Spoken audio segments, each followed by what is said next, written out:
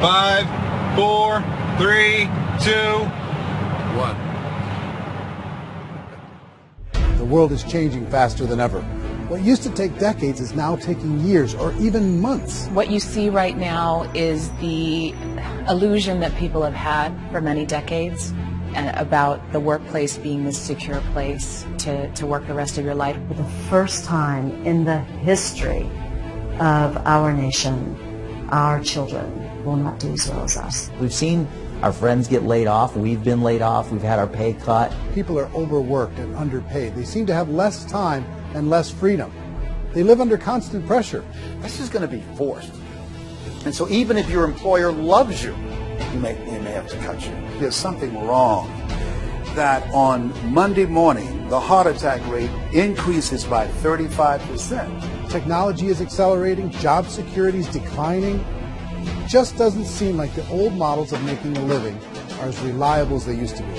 Every aspect of our lives, there's a better way out there, but we're still doing it the old way. We live in the greatest country on the planet, and there are a lot of people sitting around complaining and being cynical. Like everyone's whining about this old model, and I'm like, why don't you leave it? Look at all this over here. Look at all this opportunity. Since so much of our lives revolve around our work and the way we make our living, many people are thinking there just has to be a better way. The biggest challenge facing our world today is not making money, is what are we going to do with all the displaced, unemployed people? People are afraid that they're going to make the wrong decision. People are afraid of the unknown. People are afraid that maybe I don't have the skills. Hey, sports fans, industrial age is over. It's dead. It's dying. That's why going to school to get a job is an obsolete idea. A steady paycheck is an industrial age idea.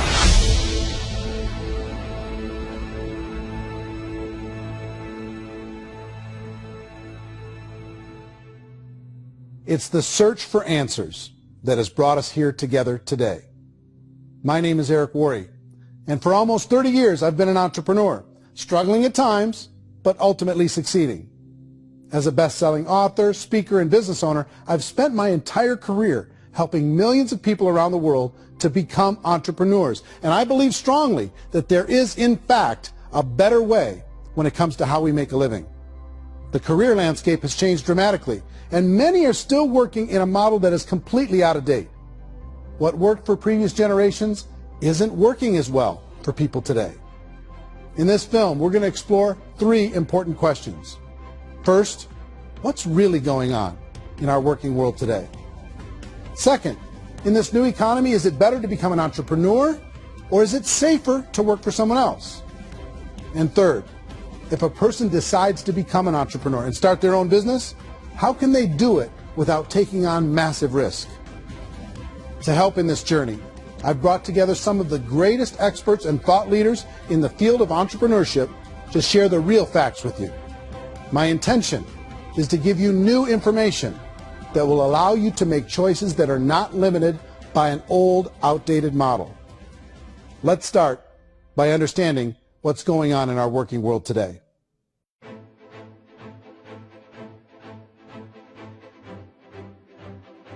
Let's look at unemployment. 30–40% of the people are honestly not working, but would be working. What our government does is if you haven't found a job in 6 months, we don't call you unemployed. We pretend you dropped out of the labor force. I've often said that unemployment, particularly structural unemployment, that's unemployment due to technological changes, is the first sign of economic growth. Think of it, 10 people live on an island.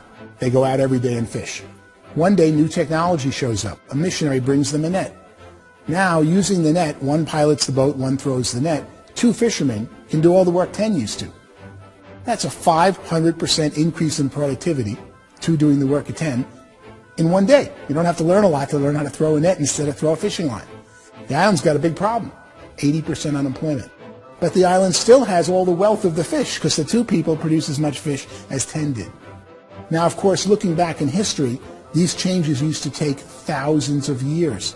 And during that time, we went into farming and transportation. Some of us became doctors and some teachers and lawyers. And we developed all these new professions and new manufacturing jobs. Today, these changes are occurring literally in one day when a new technological advance occurs. And we don't have the social structures to deal with it or to retrain the unemployed people. So one of the things that I think is interesting as I travel across the country and really travel around the world is the way that we work and the way we get paid for work is changing pretty dramatically. On a global basis, everything is being turned upside down because of the rapidly advancing technologies. They are eliminating many jobs, and we have been left with many people not prepared for the jobs that exist. A lot of demand in public companies was to squeeze out all the fat and to get just as much margin as we possibly could, and fat equals humans. So this idea of job security in information age is so obsolete, but it's still taught inside our school system, and that's where the problem starts. There's no financial education in the school system, and people are still trained to be employees who work for that paycheck. This is a chart on the middle class. What's happening in the middle class, those that went to school, their incomes have been coming down for years. And parents still say to their kids, go to school, get a job. Now what happens to all those middle class people who are dropping off the ends of the chart? Well, they become what's called working poor. And this is what happens to working poor. But they say poverty is ending. Well, poverty may be ending, but working poverty is going up. And this is food stamp usage. So food stamp usage in America is going through the roof right now, because people cannot earn what they call a living wage. Most people have experienced financial pressures that I think are probably greater than they have been in the past. If you're not working for yourself, then it's going to be a pretty hard road for a lot of people. Today, if you're going to control your future, the 40-40 plan is gone, where you can graduate from college and get a job and work for 40 hours a week for 40 years. That day is gone. So some of these charts actually tell you what's going on. And this is a really interesting one, you know. People are going back to school because if I go back to school, I'll get a nice job. But this is what's happening to, it's called Sallie Mae, which is the student loan guys. Student loan is going through the roof. It's now over $1 trillion. And student loan debt is worse than credit card debt. So when people stopped using credit card, the government got people into student loan debt. And the problem with student loan debt is you can never be forgiven. See, with credit card debt, you can declare bankruptcy and all's forgiven. But student loan debt, you can declare bankruptcy, you still owe it. It's the worst of all debt. But this is the next picture. Look at this chart here. This is what's happening to wages of college graduates. It's going down. So you go to college, you rack up all this debt, but you earn less money. Now, that's not that intelligent. Average person who's been working a lifetime in America today is ending their lifetime at 65 with about $41,000 in assets. They earned just enough to survive. I think in the United States we have something like 17 trillion in debt. That's just the federal government debt. We got another 2 in municipal and in other, let's call it almost 20 trillion government. We've got 40 trillion in private debt. That comes up to close to 60 trillion. When you then add something we never had before, what you were talking about, when we look at the unfunded portion of Social Security and primarily Medicare, Medicaid, that at the most conservative estimates from outside firms, Kleiner Perkins, 67 trillion and growing. That's more than all our other debt. There's less conservative estimates that say it's 84 trillion or higher. I added up conservatively $127 trillion in total debt. Debt is a financial drug. When you take it to excess, it's like taking a drug. Yeah, it makes you feel better, it enhances your performance, but at a huge cost, eventually it kills you. And so that's what happens. We keep doing more and more debt, and you get less and less results, just like a drug, until the debt gets so high that it crushes the whole system. That's where we're at, 8.2 times GDP. You know who I feel sorry for? I feel sorry for the person who dreads going to work, who is sick to their stomach on Monday morning, who hates their alarm clock, who gets a little glimmer of hope on a Wednesday because it's hump day and says, thank God it's Friday. And they live for those 2 days a week where they get to be themselves and they don't have to be around people they don't like, and they don't have to play the political game in the office, and they don't have to live this half life. The person that works 50 weeks a year just to be able to have the 2 weeks for vacation. And you know what happens to most of them nowadays? They don't have a vacation. They have a staycation. They have time off of work, but they don't get to go where they want to go because they're overextended. They've got all this debt. They got all this situation. They hate their alarm clock. They can't sleep until they're done. They have to spend most of their life in traffic. I feel sorry for that group of people because there's a better way. They just don't know it. I see this really interesting attempt at rugged individuality in a 6x8 rectangle, and I feel like you're all the same except for the little push pins of the pictures. There's different pictures. Yours is named Jenny and his is named Sujara, but it's the same people. And this is how they are, and they're just like the zombies, and there's no joy in there, there's no fun. There's always like the wacky woman who decorates her cubicle, and that's the most she can do there. You got to give her credits, right? The wacky cubicle woman. The basis for their life is worry. I'm worried, you know, maybe I'll get fired. I'm worried maybe my company will go out of business. I'm worried I can't keep spinning the plates on paying the bills. I'm worried about how do I send my kids to college. I'm worried, what if the transmission in my car breaks? That's, you know, 2 or 3, I can't fix it. People live in a sea of worry, and it eats at them. Those signs that people held up during the Depression didn't say looking for gainful employment in a cubicle. It said looking for work. Work is what we're looking for. Job is just a unit of measurement. Work is what we're going after. It's time to look in the mirror and say, it's not the economy, it's my economy. It's my little world of where I am. I need to improve. I'm not going to wait for the economy to come back because, frankly, the economy is doing great in this country. So I'm here on Wall Street, the financial center of the universe, the financial capital of the world. This is where most people's money goes to at least be held for a time, right?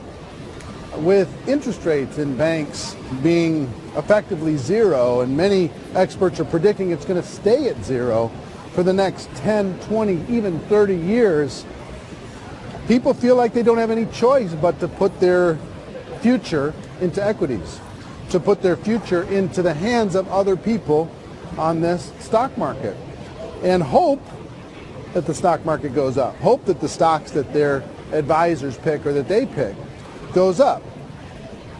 That's one way to go, I guess. It's my personal belief that if you put your future into the hands of yourself, in other words, you have earning power by yourself, I think you're a better investment than these guys. I think you controlling your future is a better option than handing over your retirement to these guys. The average household income in the United States is approximately $50,000 a year, what they call the middle class. To reach the top 25% of income earners, you need to earn at least $90,000 a year. To reach the top 10% would be a household income of $140,000, the top 5%, $190,000, and to be in the top 1%, you'd need a combined household income of at least $380,000 a year. So here's the question.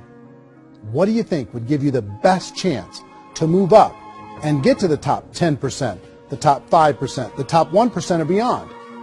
In my opinion, and in the opinion of many, many experts, the answer is to become an entrepreneur, to become your own boss. The spirit of the entrepreneur is to be a risk taker and to be resourceful and unstoppable and to have a vision of yourself beyond where you are and not willing to settle for life as it is. Think about the great entrepreneurs. They're visionary. They have heart. They're willing to do today what others won't so they can do tomorrow what others can't. Personally, I don't think of the new economy, the old economy. I create my own economy. The entrepreneur's in control. I decide what the economy is going to be like. In the world of entrepreneurship, there are no limits. You can make as much as you want, depending on how much you want to work and how smart you are and how great a team you put together. There's no more lifetime rewarding business than being an entrepreneur. Why in America, where anyone could be anything, would people want to give up their freedom and become effectively a modern-day slave, told shut up and be here every morning at 7:30, leave at 5:30, and do what I tell you? If people decide to become an entrepreneur and work for themselves, they have some traditional options, but they're riskier than you might think. Any kind of a retail business, retail build-outs, is extremely expensive. Even just these small little yogurt stores where they're putting little yogurt machines and you get all the different flavors, you're spending $200,000, $300,000, $400,000 to open a yogurt shop. I would love to buy a Dunkin' Donuts, but it's $500,000 or so to start. I don't quite have that just in case. In our search for a better way to make a living, we've come to the conclusion that becoming an entrepreneur is actually safer than being an employee. And through our look at the entrepreneurial options, one particular path kept coming up from expert after expert. And I think most people will find it surprising because it's certainly a non-traditional business model. That model is for people to start their own business and become an entrepreneur through the creation of a network marketing business. Some people call it direct selling because the product is being sold directly from the manufacturer to the end consumer, cutting out the middlemen. Other people call it multi-level marketing, or MLM, because there are multiple levels of commissions paid. The most common term today is network marketing, because network marketing best describes using a large group of independent distributors, independent entrepreneurs, to move a product or service more efficiently. So my friend here, Donald Trump, and I, we always write about the network marketing industry. And the reason we support the network marketing industry is because it really is a business school for entrepreneurs. Because most people come out of school looking for a paycheck. Oh, that's terrible. I went to network marketing like that. I think if it didn't exist, we should invent it. It is that good. I think direct selling is a great way to do business today. It's very easy to get into that industry, and you can be self-employed, be, in effect, an entrepreneur. When we see multi-billionaires adding network marketing companies to their portfolio of companies, that would be a clue. When we see people who are very famous authors and very famous business people endorsing the industry, that would be a clue. These network marketing companies aren't $50 million companies. They're billions and billions of dollars. They lead the stock market. They're major companies. When we're going to get it? You know, and you're going to school to work for a paycheck. But if you want to be rich, be an entrepreneur. And network marketing gives you the spirit to be an entrepreneur. A traditional company will spend up to 50% of their total revenue on marketing. Network marketing companies use a different approach. Instead of having all that extensive marketing expense, they utilize a network of independent distributors to do the marketing for them. Now, why do they do this? First, because word-of-mouth advertising is so much more effective today than traditional media advertising. Second, some products need to be explained or demonstrated, and an independent salesperson can do that more effectively than an ad campaign. Third, it's completely efficient. The company only pays for the marketing of their product if a sale happens and not before. Imagine if Amazon allowed you to become an independent distributor and paid out 40% of its revenue to that distributor group.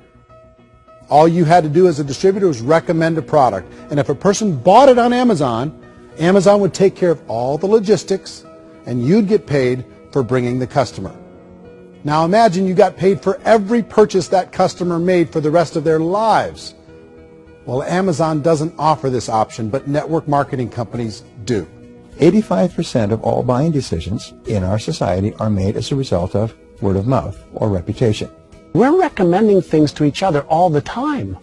You know, who's your dentist? Who's your doctor? Who's your lawyer? What detergent, are you using? What legal system are you using? What product are you using? We're talking to each other about the things that we love anyway. When you go into a big box retailer, you're lucky if the clerk looks you in the eye, much less gives you any detailed or accurate information about what you're purchasing.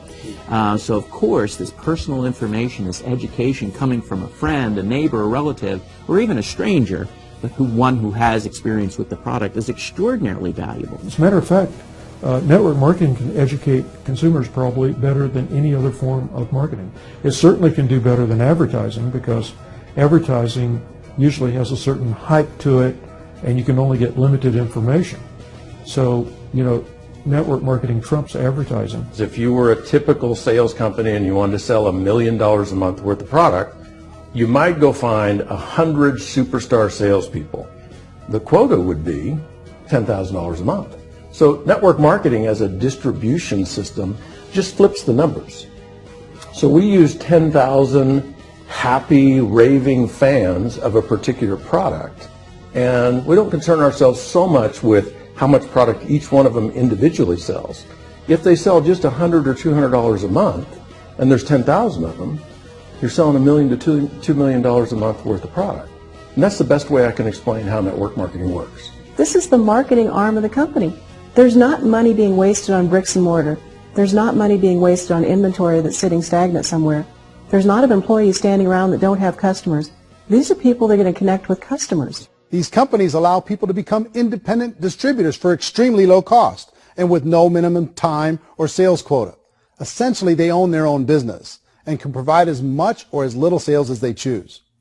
In other words, the distributor gets all the benefits of traditional business ownership without the risk. The advantage of network marketing is the ease of entry, the low risk, and the low startup cost, because almost everything else has very high risk. You can get in for a minimal investment. You're buying into a system that's already been proven, products or services that have been proven to work. The keys to network marketing is providing an opportunity for the masses to get involved, providing an opportunity for the average person who doesn't have the resources to start their own business.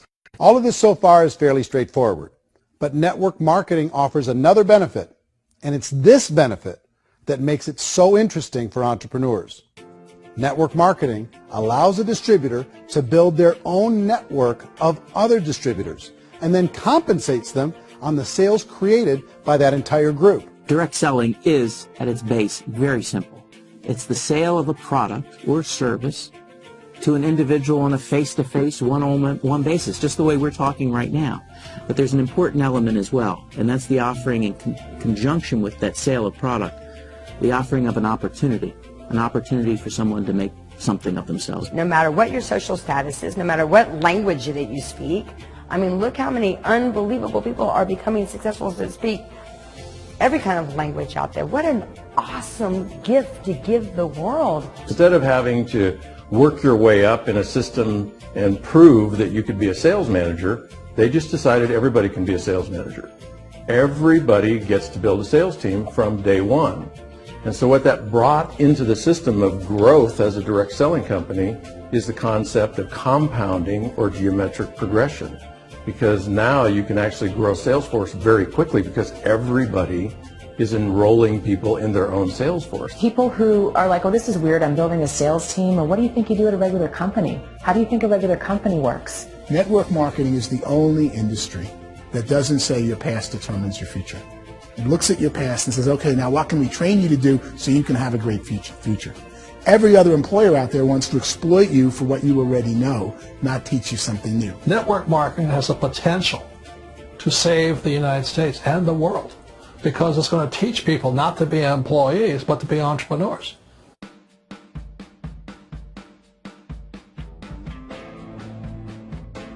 According to the Direct Selling Association, if you add up all the network marketing companies around the world, they combine to do over $178 billion a year in retail sales. To give you an idea of how big that really is, the NFL, the National Football League, does approximately $9 billion a year. The music industry does a little more than $16 billion a year, and the movie industry does about $80 billion a year. Using a conservative average, network marketing companies pay their distributors about 40% of that $178 billion in the form of commissions, which adds up to more than $71 billion a year. That's almost $6 billion a month. It's almost $200 million in commissions every single day. So it's certainly working, and people are making serious money in network marketing. With the growth of the direct selling industry over the last 10, 15, 20 years, we've seen a broader understanding of the channel.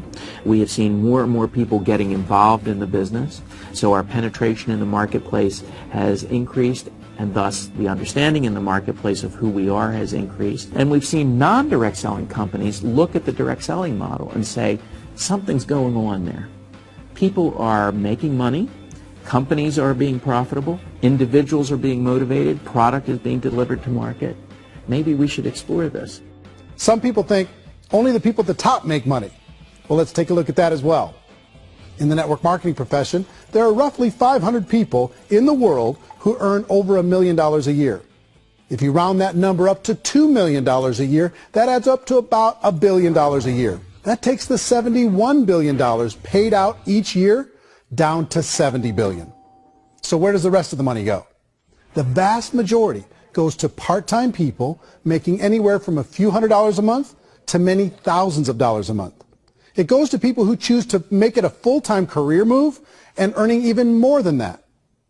Every day, people are using the money they earn through network marketing to pay off debt, have more fun, and improve the quality of their lives. Everyone I know in network marketing has been doing that since the 50s.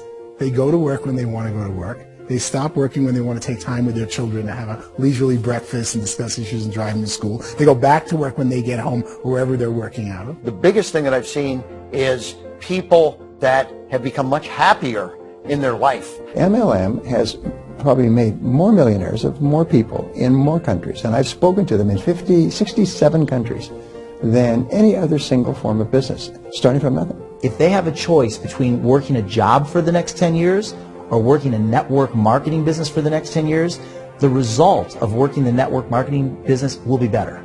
A lot of people within the industry go on and make this a career and do extremely well at it. Network marketing has been nothing but good for everyone I know that's been involved with it because they did it seriously and they played full out and they've been very successful. It's been a constant barrage of success stories and people showing off stuff they got as a result of it. How many people are involved? Approximately 16 million Americans and 96 million people around the world are currently participating in network marketing. And in a recent poll, 82% of those people report a good, very good, or excellent experience with network marketing. So people are happy.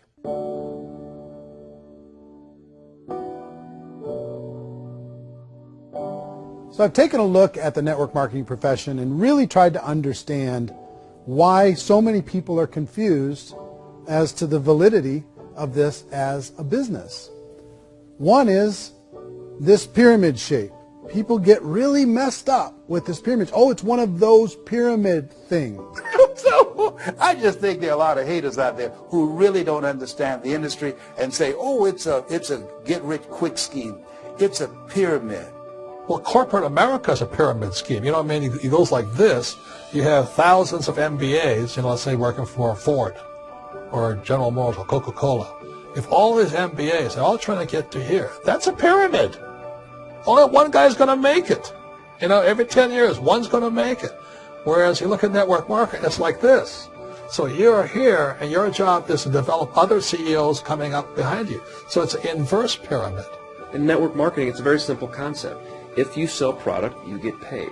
It is paid based on production. There is no first mover's advantage. There is no investment component where the more somebody spends, the more they're entitled to make.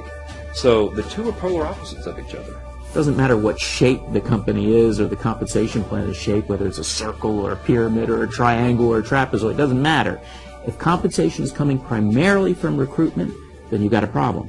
On the other hand, if an operation is basing their compensation to participants on the basis of sales, even when those sales are generated by people you've recruited, well, then you're a perfectly legitimate enterprise. That's the legal test. It's the practical test. Another issue that's been true in the past that is no longer true now is people used to be in network marketing loaded up with products that they couldn't sell, and they ended up a loser. They ended up with a bunch of product in their garage. They ended up with a bunch of products sitting in their kitchen shelves or whatever, and they thought they could sell it, and then they weren't willing to or able to sell it, and they ended up with a bunch of stuff, and they were bitter about it. There was this thing called front loading where you had to buy, if you bought $25,000 worth of product, you got better commissions and all this. Today, it's almost all done by computer. It's direct mail, comes from a warehouse somewhere else. You don't have to have all this inventory. You don't have to stock up. It's a paperless world now. Most of it's done online. You have a back office. It really works. And I mean, the technology has changed everything. Third issue is people start talking about 99% of people in network marketing don't make any money. Well, we've talked about that over the course of this journey together. Almost $200 million a day is being paid out to network marketing distributors around the world. The naysayers, the people who say that it doesn't work, are usually the ones who just don't know how to make it work for themselves. And so they're giving you an opinion, and I tell people, don't confuse people's opinions with expertise, because opinions are free. And don't confuse sincerity with the truth, because people could be sincerely wrong. But here's the reality inside of network marketing. The vast majority of people that get involved in network marketing just become customers, and they get involved to be able to purchase product at a lower price. If you take Costco as an example, if a person goes into Costco and gets a membership to Costco so they can get a lower price on the product, we don't call that person a loser because they have a bunch of product that they walked out with a smile on their face. Yet when some people want to take a look at network marketing, they say, well, those people, they're just using the product and they aren't earning an income, so they must be a loser. They're not a loser. They're a happy customer. That's the vast majority of people that are involved in network marketing. Now, a smaller percentage of those people decide to go build a business. They earn $300 a month, $500 a month, $1,000, $2,000. That's the bulk of earnings in network marketing. And then there's the few that really decide to take it serious, really decide to build a large network, really work to make that network very, very productive. And those people make huge amounts of money, and there's no cap. What I do as an outside economist, just somebody looking at this industry like any other industry I speak and say, look, what's the realities of this? 1% do incredibly well. 10% generate some additional income at pretty low risk and effort. That's nice. And 90% of people roughly end up customers. One thing that I think is real when it comes to people's perceptions about network marketing is people put this, and distributors, I think, involved in network marketing have some responsibility for this. They have sometimes unrealistic claims about the product or about the income. Most people who become distributors, they want the money, they want to be successful, but they don't have the skills. They don't know what to do. And when people don't know what to do and they're in a new business, they're scared. And when they're scared, they panic and desperation kind of sets in. So they think everyone they talk to has to get in. So if I talk to you and you say, well, no, I don't have time to do that, they're like, no, I need you. You have to do this or I won't be successful. So I start clawing on you. I start that desperation. So then I start making claims about the product, which are not appropriate, probably not even true. Or I start saying, oh, let me show you how you can make all this money and you don't have to do anything, Eric. And so you just totally misrepresent the opportunity, and you're clingy with people because you think you need everybody to be successful, and you don't. You know, one of the messages that I try to deliver most forcefully to companies as well as salespeople in direct selling is that you don't have to overpromise. The reality is in network marketing, there's a lot of hard work involved. There's a lot of effort. You're going to have to develop yourself. It's a business like anything else. It's going to take some time, but in my opinion, it's better.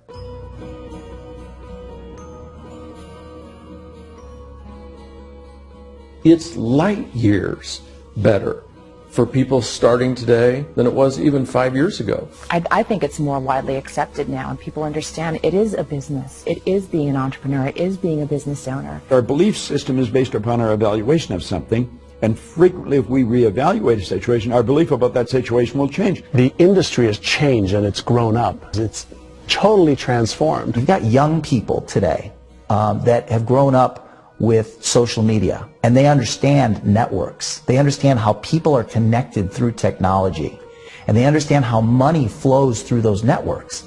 So when they see network marketing, they don't see it the way their parents saw it. And we've all learned, the larger industry that you represent, has all learned from those mistakes and flaws and errors that have happened early on. Early algorithms didn't work the right way.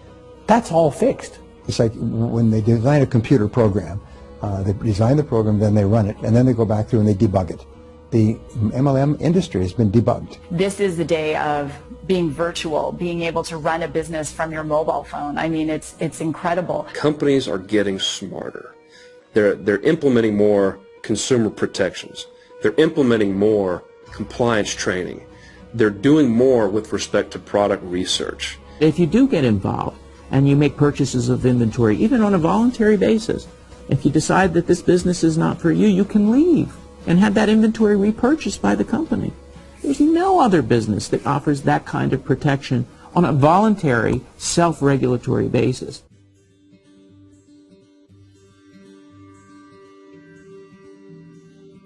If you decide to look further into a network marketing business in order to generate more cash flow for your family, I would recommend reviewing the following 4 elements. First is the product or service. And on the product or service, I would ask 5 important questions. 1, do you like it? Is it something you would feel comfortable sharing with others? 2, is there a recognized need in the marketplace? It's hard to create a need if one isn't naturally there. Third, does the product meet that need? Does it solve a legitimate problem for consumers? And fourth, is it priced to sell? Can it compete in the marketplace? And fifth, is it priced for profit? Is there enough margin for the company and the distributor to be able to generate income for the long term? If you can answer the questions on the product to your satisfaction, the next element to consider is the company itself. Is it well run? Do you believe in the founders or the management team? Do you feel they have what it takes to go all the way? See, it doesn't matter how good the product is if the management can't take care of the company. Good management can change with the times. They can handle adversity. They can make good decisions. Make sure you choose a company that can serve you for a long time. The third element to consider is the compensation plan. And with that, there are 3 important things to look at. First, a brand new person needs to be able to generate some money fairly quickly. It may be an obvious reason, but you can probably imagine the ripple effect of a distributor getting involved and having even a small victory fast. That can only help with the overall success of the organization. Second, a person should be able to develop a moderate part-time income in a reasonable period of time. As they develop their network and as their sales grow, they should be able to enjoy more benefits. And third, for the people who are really serious, for those who decide to really go pro in the network marketing profession, there should be the possibility to make a serious full-time income if they work hard and are committed to developing their skills. If you're comfortable with the product, the company, and the compensation plan, the last thing you should look at is the support that will be made available to you. Does the company have a website? Does it have a solid online reporting tool? Do they have comprehensive training available? Do they host events to help you build your business? If you decide to do this, what kind of a support system can you plug into? Choosing a network marketing company is a personal decision. But evaluating the 4 elements of product, company, compensation plan, and support is a great place to start. Is the company promising that you're going to get rich quick or that you can make a lot of money without a lot of effort? That's a red flag. Is there a product that you really believe in that you think can be sold? Or are you being told by salespeople or the person who's trying to recruit you or by the company itself that don't worry about the product, all you have to do is recruit other people into the business? Red flag, warning sign. If you're hearing that, take a second or even a third look. Get to know the customers, the products, the business, have some success, and see where the opportunities might take you to move up in the organization. You want to find out how concerned are they about my education, my training, and my development? Is there a space for me to grow? Most important question. Learn everything that you can about the product. Make sure it's something that you believe in, and learn everything you can about the industry and work that system. You have to be very passionate about whatever that company is doing. I would get involved. You can always test drive anything, the product, the service, the community, and then lean into it a bit. If it feels good, then lean into it a lot. Behind me is the Lincoln Memorial. And this is a place where Martin Luther King Jr. had his famous "I Have a Dream" speech. And at that speech, he talked about his dream for equality for everyone around the world, and that's a noble dream. But I think more people need to remember what it was like when they were kids and the dream was still alive in them. Before it got beaten out of them by reality, by this paycheck, by these responsibilities, and by having to live for this job to pay the bills. I think people need to remember that, go back to that. Once they know that there's a better way, I think their future is going to be much brighter. They can live a better life.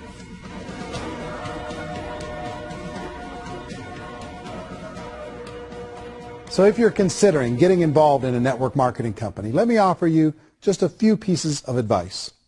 First, network marketing isn't perfect. It's emotional. It's challenging. Like any entrepreneurial venture, It can have its up days and its down days.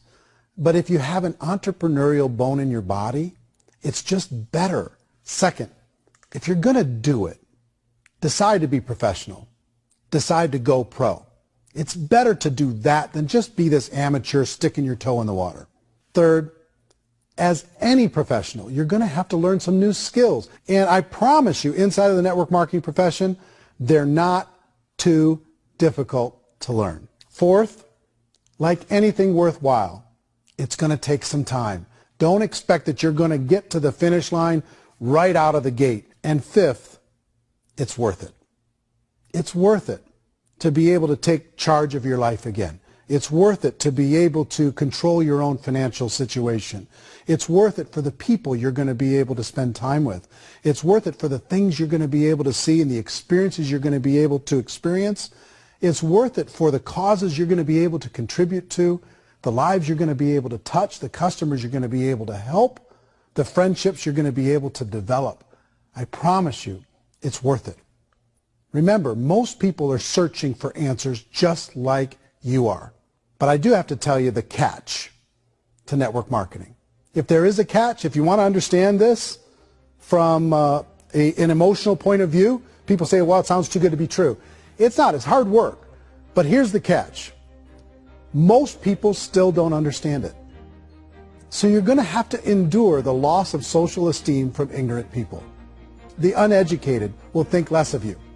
Now, if you can handle that, you're on your way. If that's going to destroy you, you know what? Entrepreneurship in general probably isn't in your future. If you can face that catch, you can become unstoppable. I want everyone to really contemplate this if they're not in network marketing. You're in a job, you probably have a mortgage, you have rent, you have debt, whatever's going on. You're in a prison. You work just hard enough to keep them from firing you, and they pay you just enough to keep you from quitting. Come on! I've been there, done that, and bought that t-shirt. In network marketing, if you run into failure, it's really just a homework lesson for yourself. There's no one to blame. You really have no excuse not to be successful. You just don't. People don't want to hear that, but there's so much available to you. If you want to be a good network marketer, be a student to the people above you, be a fellow traveler to the people on the same level, and be a teacher to those below, and know when it's appropriate to do which.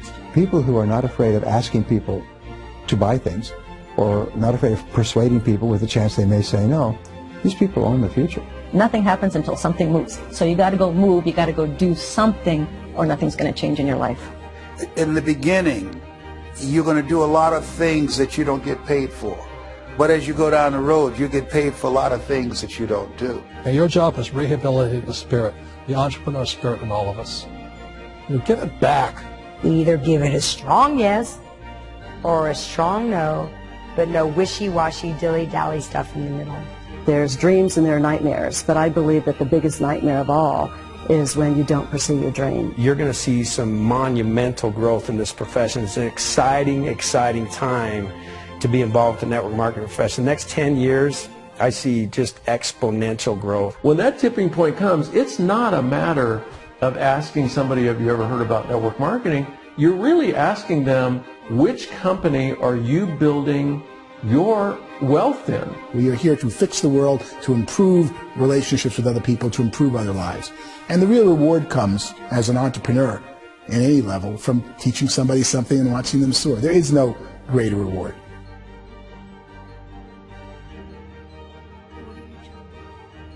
Life's too short to spend it living someone else's dream instead of your own. It's too short to spend it living at a fraction of your potential. Can being an entrepreneur be a challenge at times? Sure. But here's what you get in exchange. It can be yours. Something that you built, something that you created, something that you made happen. This balloon represents your dream. It represents entrepreneurship. My wish for all of you is that you would reach out and grab it. The choice is up to you.